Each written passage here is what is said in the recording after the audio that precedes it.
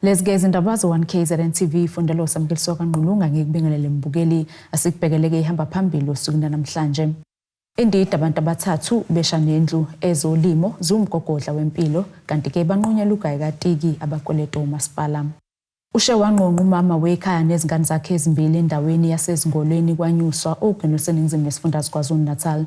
Ilungu lomndeni uFisa Nzama uthi ke bebesesemanzini ngokubulawa kwamfowabo ngenyanga edlule njengoba sekusha ke unkosikazi wakhe nezingane ngehluku. Uthi ke bebehlele endlini enkulu beyishakalombili ngesikhathi ke kuqubuka umlilo ogcineke ngokubulala abantu abathathu balomndeni. Uthi bengingakapheli amaviki amane kudutshulwe kwabula umfowabo njengoba sekushe kwanqonqa unkosikazi kaMufi kanye nengane yakhe kanye nentombi yomfana wakulomndeni. Ngokuchaza kwelunga lomndeni laba bebelele endlini enkulu ngesikhathi bevuswa amalangaba kanti umlilo ushe wanqonqisa umama wekhaya namanye amalungu omndeni amabili. Lesigameko senzeke kwanyuswa ezingolweni ogeneseningizimu nesifundazwe KwaZulu-Natal. Sibhlungu kakhulu ngoba bengingakaphelisho u4 weeks kade singcwaba ubhoti wami simngcwabe ngomhla ka7 ekade shone ngomhla ka3 wangenelwa abantu la bamdubula emini ngabo 12. Umama besazilile besingakakenzi even amaphiki ngoba ngakhelene nabo ngezwa umsindo abantu bememeza bethi cela nisivulele bosiyasha. Okay, emva kaloko ngaphuma sagijima seza la ekhaya masifika safika indlu isha yonke. Asikwazanga abantu ababephakathi ukubakhipha ngoba indlu yayisha yonke kusha even na kuveranda nazo zonke nje izindawo ezizintuba. Umama wayengaphakathi wakwazi ukuthi esikhaleni sasikhona sesincane wakhipha izingane. Ingane zaphumayo zabo 5 although ke nazo zilimele kakhulu ezo3 sesibhedlela and ku critical kakhulu. Umama wasala phakathi nendodakazi yakhe kanye noma wengane yomfana wala ekhaya. Kusho ukuthi abantu abasala phakathi abangakwazanga ukuphuma bathathu abadala. Uthi yize bengeke basole umuntu ngokuqubuka komlilo kodwa uma ekhona amacala omfowabo bekungamele kuchaphazeleke nezingane ezincane. Kubhlungu ukuthi umndeni uhambe kanjena sibe singazi ukuthi kahle inkinga yini kwenzakalani. Kwami ngabe ukuthi khona icala elikhona ngabe kuyakhulunywa nangokuhamba kwamama makuukuthi mhlambe ke amacala mhlambe wendoda yakhe ngoba naye nje beyahamba kabhlungu kubi ngokuthi babale nezingane phakathi. Ngcono ukuthi ke mawukuthi umama wefela amacala endoda kube ukuthi babethathile umama kuphela. Sibhlungu ngezingane ngoba lezingane ezishonile ashone kanye nazo shiyile izingane ezisazincane. Uthi umama wakwazi ukukhipha izingane ezincane nazo ezisathola ukwelashwa esibhedlela. Isikhala sasikhona sasisegarage kwavuleka igarage lavuleka kancane kwasho ukuthi kwakuvele nalo selivele lishisa kwavela leso sikhala esincane kwakwazi ukuthi izingane babeloke bezidonsa lapho sasiloke sizidonsa lapho izingane. Abantu ababengaphakathi endlini babe u8. Amaphoyisa asiqinisekisile lesi sigameko. Lo mbiko benuwethulelo zamando sicele wezindaba ze1KZNTV ngisezingolweni. Ezolimo ziyaqhubeka nokubamba elikhulu iqhaza ekuxosheni ke ikati eziko lokhu kuvezwe uNdunankulu KwaZulu-Natal uThami kanye noNgqongqoshe wezolimo esifundazweni uThembeni Madlophamthethwa ngesikhathi ke bethula ngokusemthethweni uhlelo lokulima njengoba sekuqala ke izimvula. Lolu hlelo olwenziwe eminyaka yonke kulonyaka lwethuleke eMatshematshe eMsinga lapho kuqoqozelwe khona umphakathi ukuba ke ulime emagcekeni awo. uNdunankulu wesifundazwe KwaZulu-Natal uThami uthi abantu mabazijwayeze ukulima ukuze bezoguqula isimo samakhaya abo baphinde baxoxe nekati eziko. Usho kanje ngesikhathi bethula uhlelo lokutshala lwahulumeni olwenze iminyaka yonke. Inhliziyo yami nje ihambela phezulu ngijabule kabi ngoba ngisho mama bakikiza bengayeki ungazi ukuthi uyogcina ukhulume nini ngendlela bekikiza nani bajabula nibala imsinga ngoba sizothi asibuyele emasisweni asitshaleni sithola ukudla sehlisa amazinga abantu ababulawa indlala. Abantu bangalima ngisho emakhaya ingadanyana esiqeshanyana abalime bakwazi ukuthi bathole ukudla unomsoco izifo zehle bathi ukuphila kangconywana. ikakhulukazi okukhulu kubuka nanohlelo lokutshala lo sasivele kutshalwa ngalo nohlelo olusha ngoba umbila nje la omunye ufika uyizithombo utshalwe ngogandaganda ugandaganda uyigqibele wona lo technology esiyibonayo ngesikhathi esincane utshala insimu uyiqede manje ke ukuba kwethu la sizothi wonke umuntu akasume KwaZulu-Natal manje ngoba noma ungqongqoshe emnyangweni wezolimo KwaZulu-Natal uThembeni kaMadlopha Mthethwa uthi ziningi izindlela zokutshala kanti nezimbewu bayazikhipha kubantu besingagcini kuphela ngokuthi sizonikeza laba sifundiseni ukuthi umulima ngemkhono wenze njani uma utshala wenze njani sabuya saba nohlelo olusha manje ukuthi sewuyakwazi ukuthi ukhande ithombo embileni ukuze wazi ukuthi exactly utshala into ozoyilokhuza i-research yethu ke esikwenzile lokho ngoba even imbewu esibanika yona la ikhandwa ilungiswe kuma centers ethu sithi ke lokhu kuzosenza siqinisekise ukuthi uma sibanike imbewu engaka sineqiniso lokuthi sizothola isivuno esingaka kanti ezolimo zihlonzwe njengezihamba phambili ukufukula abantu ngokomnotho sikhuthaza ke umphakathi ikakhulukazi entsha yakithi ubengayibukele phansi ezolimo ngoba ezolimo izona ezikusasa lalelizwe lakithi futhi ezolimo ayisenziwa ngalolu yahlelo oludala sezenziwa ngalolu hlelo lobuchwepheshe ziyafundelwa esikoleni izona eingenisa imali njengoba akunomkhankaso nje umphakathi yakithi lwele ukuthi buyiselwe indawo zizokwenzana indawo uma bengezolima okuhlula ke abantu ukuthi bangakwazi ukulima ukuthi basuke bengenazo izinsiza kusebenza ngakho ke thina eminyangweni wethu sihlangene nomnyango wezolimo siyabambisana ezindabeni Z1KZNTV ku-Ayanda Dube kusemsinga Iminyango kahulumeni ekoleta uMasipala isibekele komnqamula juqu kaze bandlela ukuba ke ikhokhe lezi ikoleta ungenjalo umgcini mafakazo lonke uzophoqeleka ukuzibambela lezo mali azikhokhe kuMasipala lokhu kudalula ungqongqosho lomnyango esifundazweni uthula sizobuthelezi oveza ukuthi ke ingaphezulu kwa 3.5 billion rand imali ekoletwa uMasipala yiminyango kahulumeni nokwenza ke isilele emuva ukuhambisa isidingo emphakathini ubuthelezi kubekhuluma emhlanganweni wezimeya zoMasipala besifundazwe obubanjele eThekwini kuzophoqwa iminyango kahulumeni ikhokhe izikweletu ezikweleta oMasipala ngenhloso yokuqinisekisa ukuthi ke akuphazamiseki ukuhanjiswa kwezidingo emphakathini kuvele ukuthi ingaphezulu kwa 3 billion imali oMasipala abayikweletwa yiminyango eyahlukene KwaZulu-Natal. Our municipalities are owed more than 3.5 billion rand in debt. The Minister of COGTA nationally has written to all departments that owe municipalities. And if that debt is not paid by December, National Treasury will deduct those amounts and pay directly to municipalities.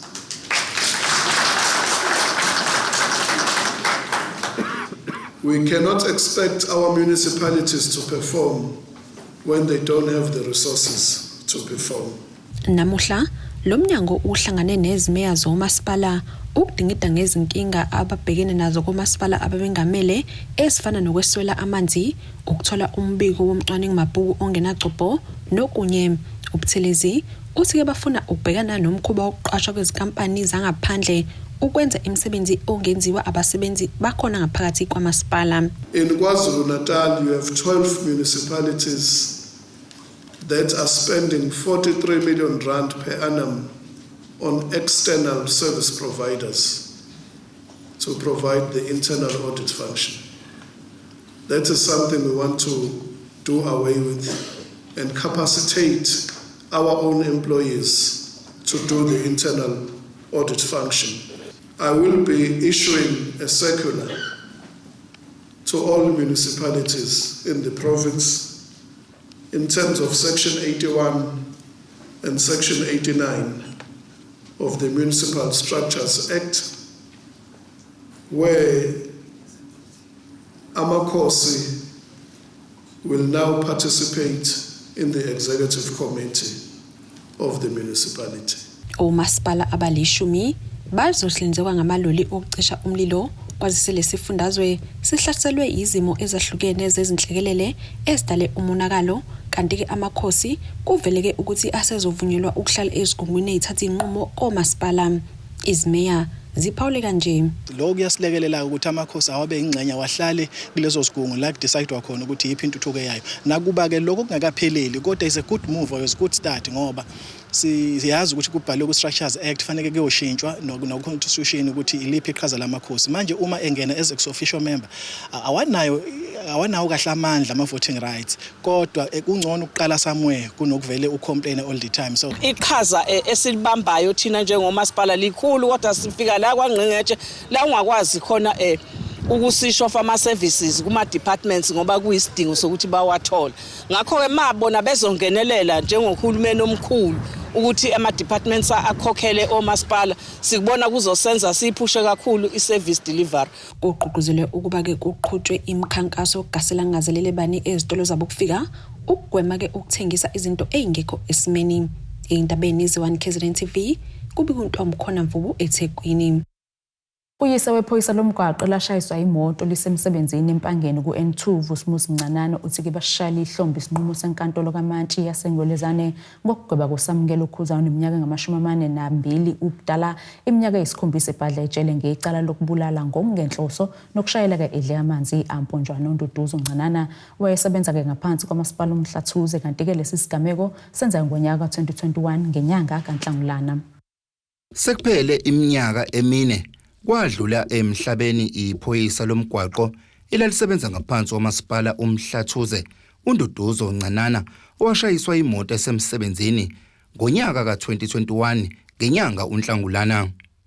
Uyise kaMufi uVusumuzi Mncanana uthi basishayela ihlombe isinqumo senkantolo ngokugcina iluphethile lolu daba obeselidonse isikhathi eside. Silapha ukuba zokalisa ukujabula ngasohlangothini lokuthi icala sekuze kwafika lapha khona liliphela khona nesinqumo esiphuma noma kwake kwaba nezidididi kungathi into esiphelile singasayazi ukuthi ishone kuphi.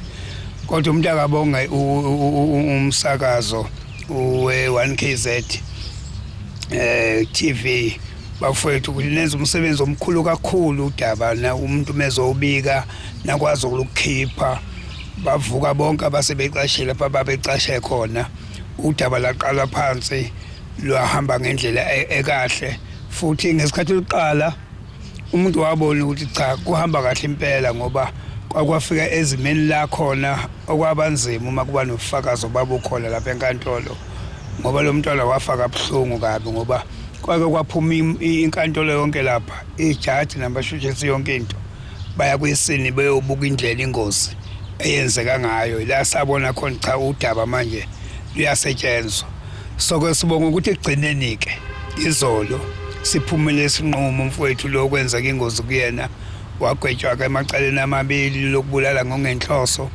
kanye ke nokungena enqoleni adrive ephuze ngokweqile bamlahla ke ngamacala omabili elinye limgweba iminyaka emine elinye iminyaka emithathu. Ubaba uNcanana uthi nakuba lokhu kungeke kusayibuyisa indodana yakhe kodwa bashayela ihlombe kakhulu lesi sinqumo.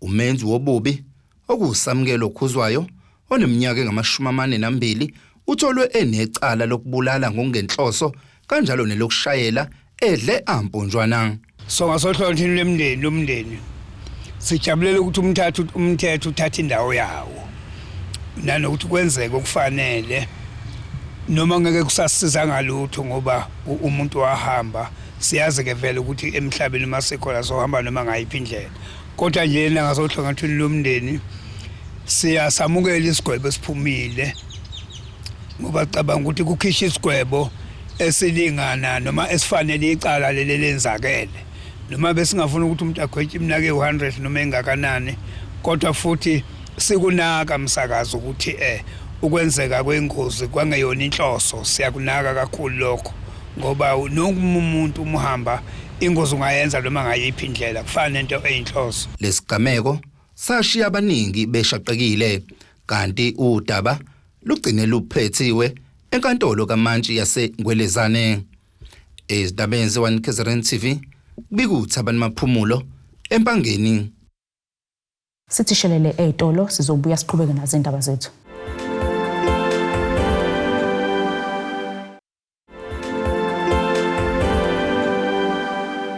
Asikwamukele mbukeli ubukele zona indaba ze1KZNTV nazi ihlokano kuyizona ehamba phambili usuku namhlanje.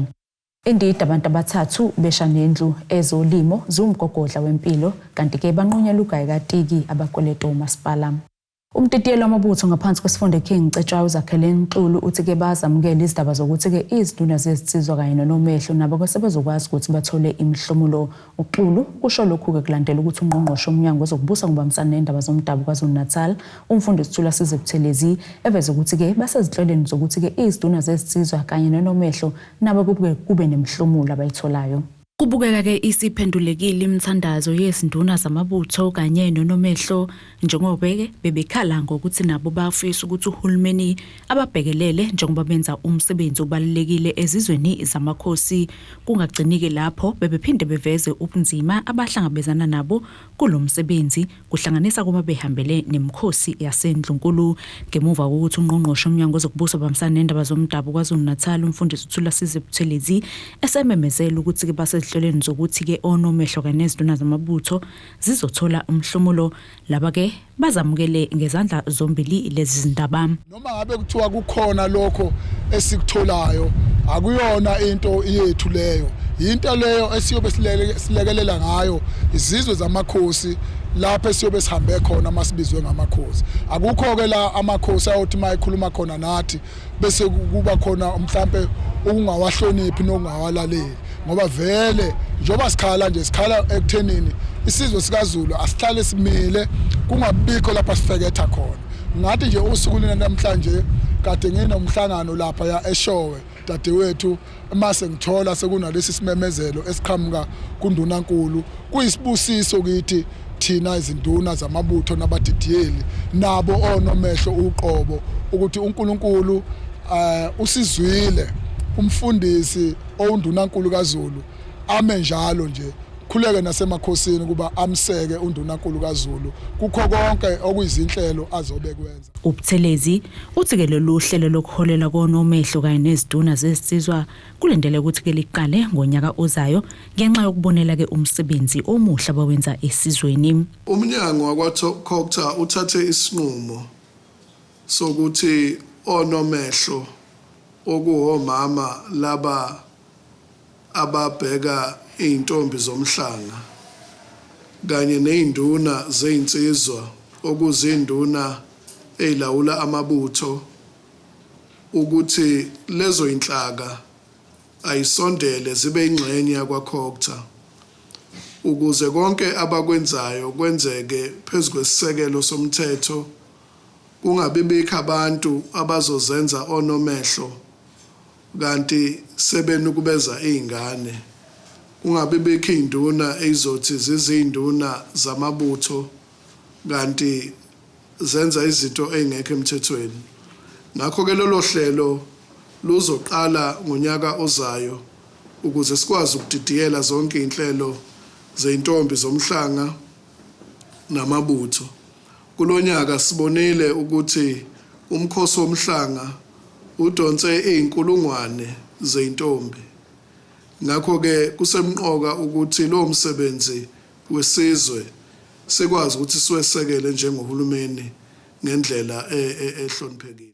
Ohala ke imkhankaso wokuvala amakhaya agcina abantu abayizinketame ePortshepstone Geraldine Muatse ukhala ngeke ngokunganakekelwa umnyango wezokuthuthukiswa komphakathi esifundazweni ngokusho kwalona wesifazane bathola ukuthi ke kunamakhaya agcina abantu abayizinketama bakhokhise ke imali ngoko-800 wamarandi ngenyanga bagweveke namakhadi abo empesheni bebahlalisa endaweni engekho esimeni esigculisayo kanjalo ke abakutholi nokudla uthi ke selokhu bagasela kulamakhaya bavulela abanikazi bawo amacala baboshwa sebedinga uhulumeni ke alekelele labantu abangaphezulu kwekhulu abahlala kulamakhaya. Ohola umkhankaso wokuvala amakhaya agcina izinkedama ukhala ngokushawa indiva umnyango wezokuthuthukiswa komphakathi njengoba ethi awumlekeleli ukusiza laba abantu abahlala kulamakhaya.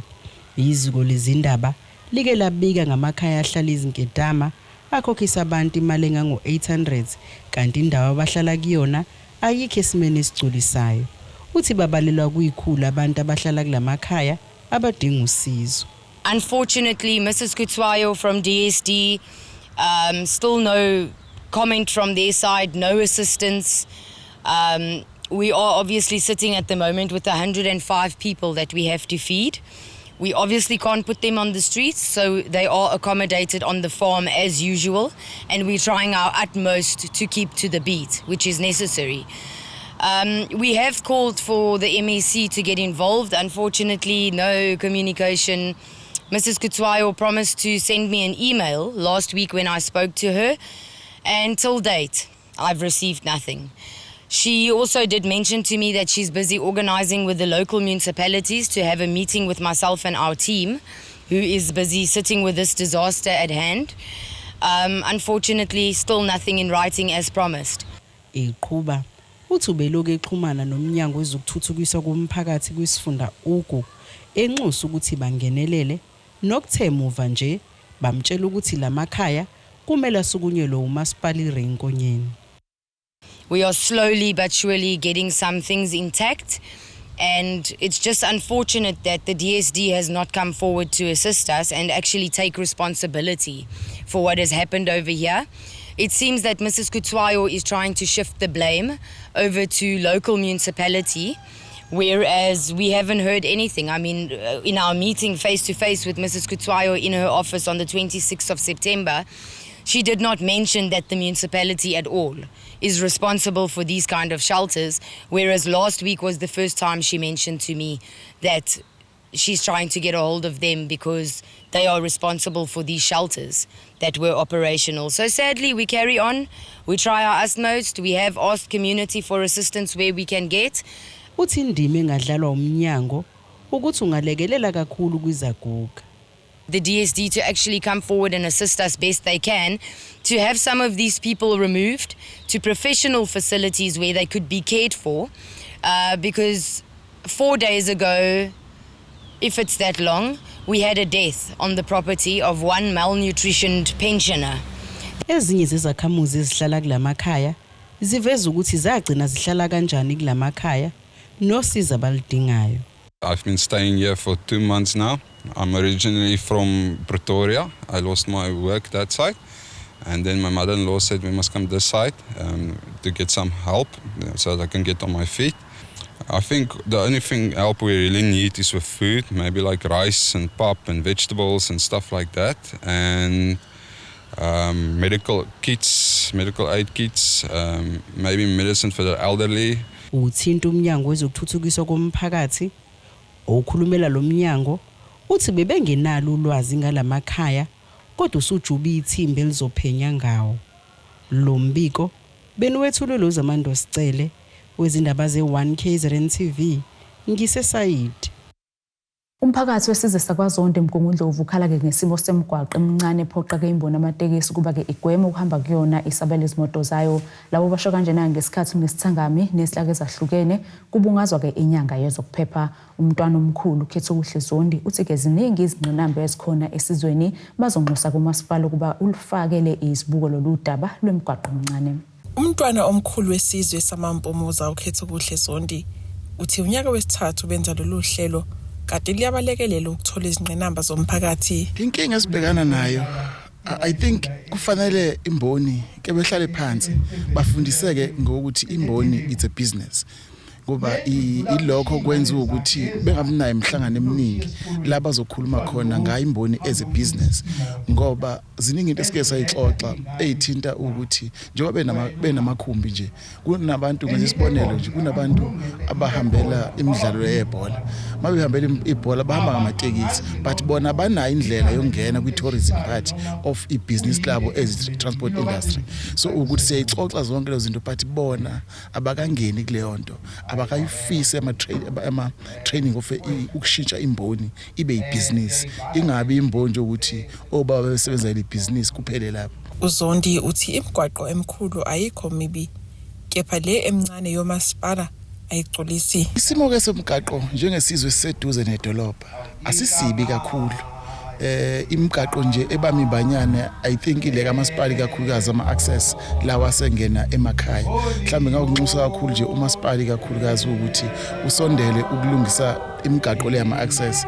Ukwenza isibonelo nje wathi bekhala abantu ku-Crompton Road uyi-local mgaqo loyana so odinga umasipala ulungise ukuze amatekisi angene ngoba uma uhamba kuwona nendlela yamatekisi uyabona ukuthi akulula ukufaka itekisi lapha kuwona ngoba umgaqo awukho esimweni so kunxusa nje umasipala ukuthi usondele kakhulu. Owemboni yabamatekisi uthi izimoto zabo ziyalimala ngakho baphoqeleka ukuba bazivale kuya kwesinye izindawo. Ikhukhula zabona mabelungisa umgaqo bayagugula kuphela bashiye kanjalo. Esesigcina thina sesingathi mhlawumbe thina sinenkinga kanti thina siyafisa ukuba service abantu singene kuwo wonke amaphasishi kodwa mangakalungiseki umgaqo ikona osazosinikeza inkinga ngoba imoto kumele zilaste isikhathi eside nabantu bejabule ngeimoto kodwa mazongena endaweni engekho right ukuthi zihambe kuona ikona uzosibangela inkinga ukuthi sigcine imoto sezingekho right esimeni ukuthi sithuthe umphakathi. Abagibeli bakhala ngokulayishwa ngokweqile ematekisini. Bagcwalisa kakhulu imoto umuthi uyakhuluma ivele imoto igcwele mhlawumbe ba4 abamile ulate lapha emsebenzini uyakhuluma kuno driver nje wathi ayime wayimisa wakhipha imali wathi angithatha imali yami ngehle so ngenxa yangilate angikwazanga ngehle ngaqhubeka ngagibela. Kanti abasembonini yokuthutha abafundi bathi amaveni asazosebenza emgaqweni. Ukwazile ukukhipha ezinye imoto embonini wabanika i-alternate. Uma nathi esikhipha ukukhipha amaveni akasiniki alternate. Since engakasiniki alternate uhulumeni akasidedele sisebenze. Uma kusekhona umuntu olandwa iambulance eveni nathi akasidedele silanda umfundi ngoba akakwazi ukuyilungisa leyo.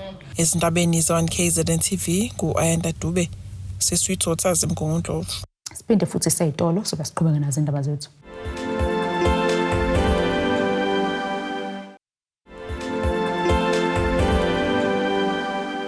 Phinde sikwamukele ke mbukelo usabukele zona indaba ze1KZNTV nazi ke ihlokwana bekuyizona behamba phambili osukwini namhlanje. Indida abantu abathathu Besha Nendlu.Ezolimo ZIWUMGOGODLA wempilo kanti ke banqunyela ugayi kaTiki abakweleto uMasipala. Ake sibheke ngosini yezomnotho.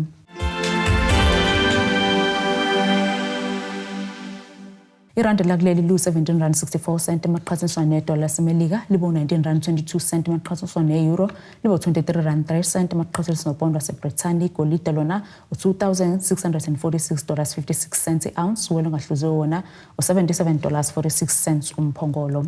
Nasike isimo sezulu esikalindeleka.